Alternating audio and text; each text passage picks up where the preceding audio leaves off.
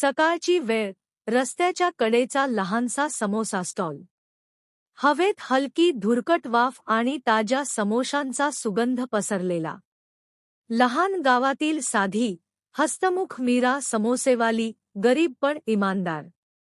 चिंताग्रस्त ग्राहक तिच्याशी बोलतो की काल दिलेल्या 100 रुपयांतले उरलेले पैसे मिळाले नाहीत. मीरा शांतपणे, हात कापसाने पुसत, त्याला पद्धतशीर मोजलेले 90 रुपये परत देते. ग्राहक थबकतो, कारण तोच विसरला होता. नॅरेटरचा भावनिक आवाज, गरिबी असूनही तिच्या प्रामाणिकपणात कधी तडा नव्हता.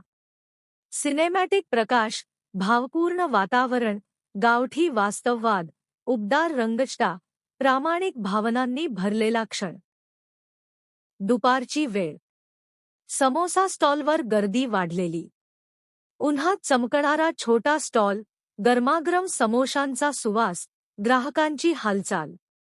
एक श्रीमंत, व्यवस्थित कपडे घातलेले साहेब समोसे घेताना अचानक म्हणतात, "मी 10ची नोट दिली होती, तू चुकीने 50 परत दिलंस." मीरा शांत, हस्तमुख. ती खांदे उडवत सांगते, "साहेब, तुम्ही 50चीच नोट दिली. मी रिसीटमध्ये लिहून ठेवले." साहेब चकित होतात.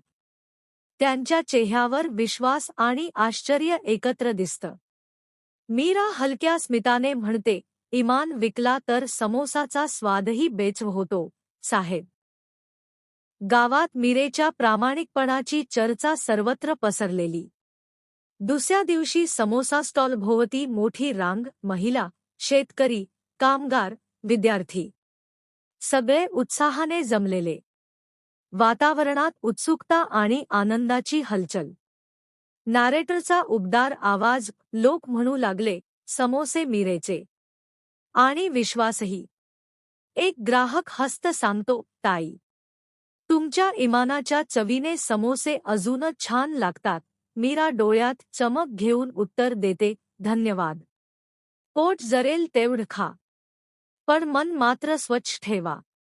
उबदार सूर्यप्रकाश, गावठी रंगछटा, प्रामाणिकपणाचा उत्सव वाटावा असा भावनिक सीन, लोकांचा आनंद, मीरेच्या चेहऱ्यावरचा समाधानाचा उजाळा.